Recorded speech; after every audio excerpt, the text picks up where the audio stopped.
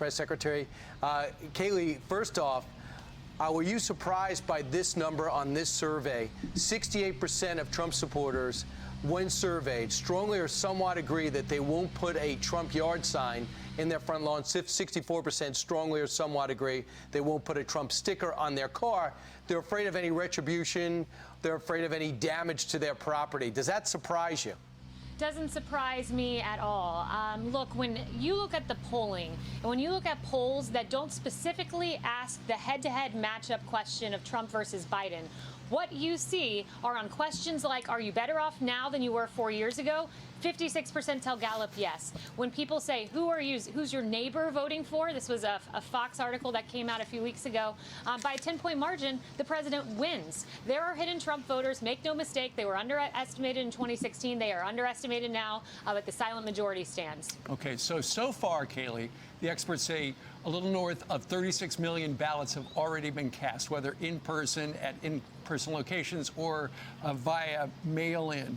I know the campaign feels like with all of the events, you've got some momentum going because you're out and about, and Joe Biden is at his place in Delaware, supposedly preparing going forward. I read in the New York Times today, your internal polling is showing it is much closer in your polling than the polls we see. Why is that? Why is that? Because the president has a history of success. When you look at all he has done on the economy, the hottest economy. Does your polling take into account the hidden Trump voter? Yeah, so it's a campaign question, but I'll say this. They look at, they have voter files that they've built at the RNC, and they look at those voter files, which are a far more accurate way to measure the electorate than is a traditional poll. So the voter files they've had were very successful in 2016, engaging public opinion, and they're very successful now. I wonder if there are more hidden voters now because the feeling out there is there's riots and hostility, and it's almost worse now. I think it is worse now than it was in 2016. But let's talk about something that you know a lot about. You were censored by big tech. You tried to post that New York Post story about the alleged controversy with Hunter Biden and the computer in Russia. And you got your Twitter account, your personal Twitter account. They took it down, right? They locked you out. That's exactly right. Yes, they locked me out. And this is a New York Post story, the oldest newspaper in the country, the fourth largest newspaper in the country. Fox News has had sourcing that has verified this.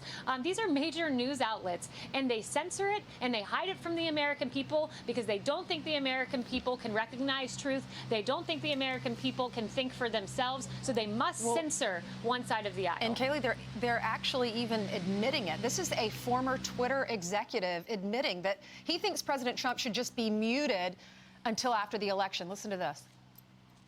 I believe that the tech companies generally have a responsibility to be neutral. I think in the case of Twitter specifically, it has been a great champion of the democratization of information as well as a strong supporter of freedom of expression. However, we are in a unique and I believe a fraught moment in time with a president who is desperate, and he's facing a very difficult situation. I think the time is to mute the president temporarily while votes are being cast right now and until the winner is decided. Kayleigh, the question is, why can't people just put their opinions on social media and then let the public decide what they want to believe?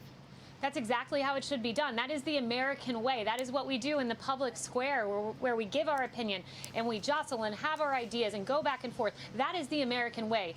Big tech is acting like big government. That is what is done in North Korea. That is what is done in Iran. That is what is done in rogue regimes. That is not what should be done in the United States of America, where we value free expression.